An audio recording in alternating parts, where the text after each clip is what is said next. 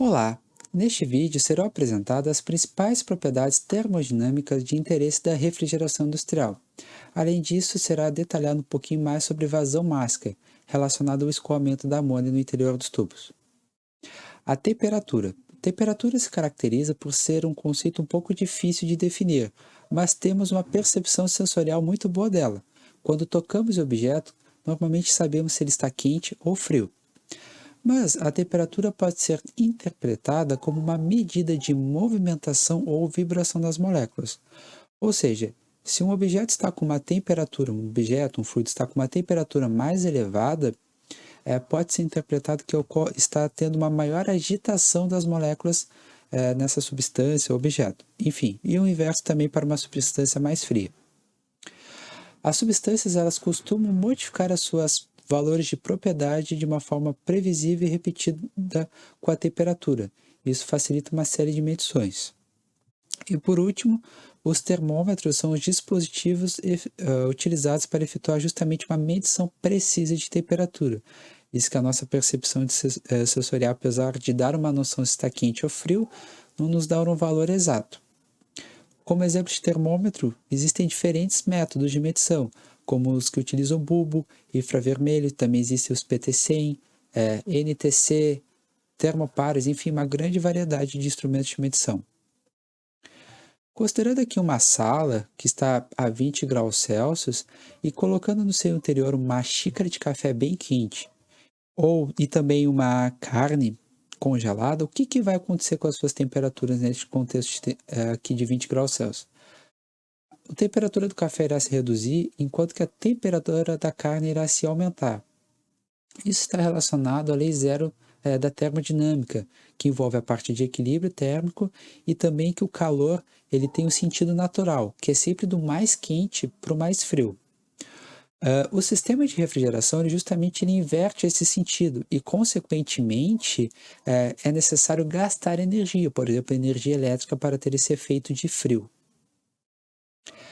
A pressão é definida como sendo a força aplicada por unidade de área e ela se caracteriza por sempre ser normal à superfície onde ela está submetendo.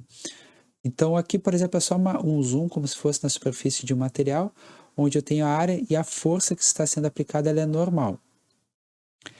A unidade que é comumente utilizada na refrigeração industrial é o bar. E os manômetros e os transdutores de pressão são exemplos de equipamentos que efetuam justamente essa medição de pressão.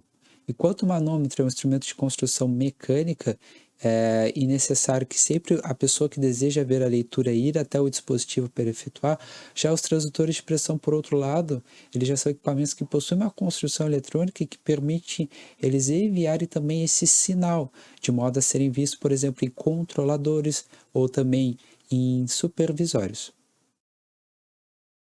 Aqui é apenas uma representação de um vaso de pressão, de modo a enxergar esquematicamente só para ter uma noção a distribuição da pressão nesse equipamento.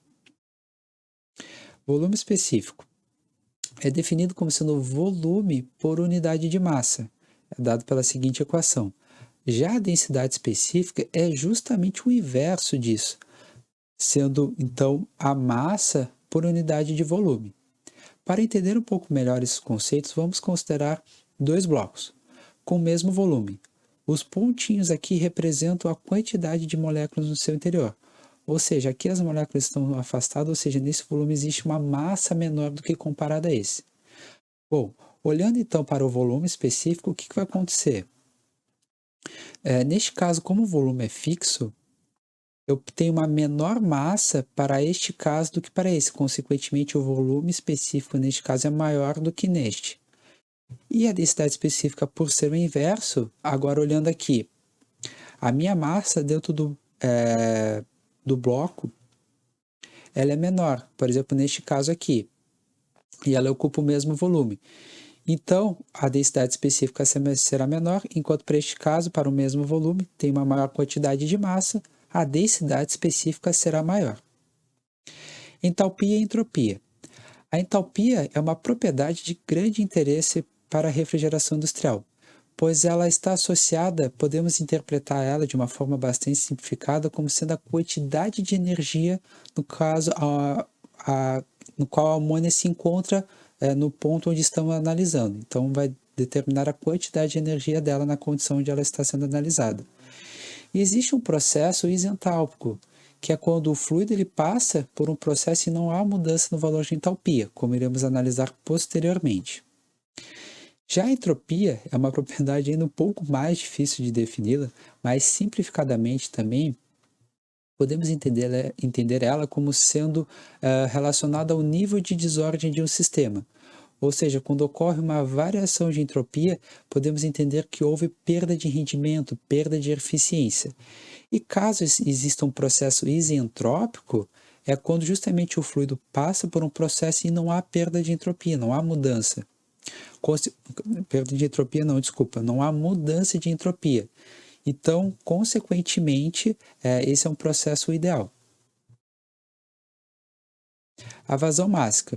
A vazão mássica ela visa justamente quantificar, por exemplo, a massa de amônia, quantos quilos de amônia estão passando por segundo na secção de área da tubulação. Então, por exemplo, aqui está a densidade específica, mostrada anteriormente, que muda em função das diversas temperaturas que a amônia se encontra dentro do sistema de refrigeração. Também as velocidades, aumentar a velocidade é uma forma de incrementar a vazão mássica.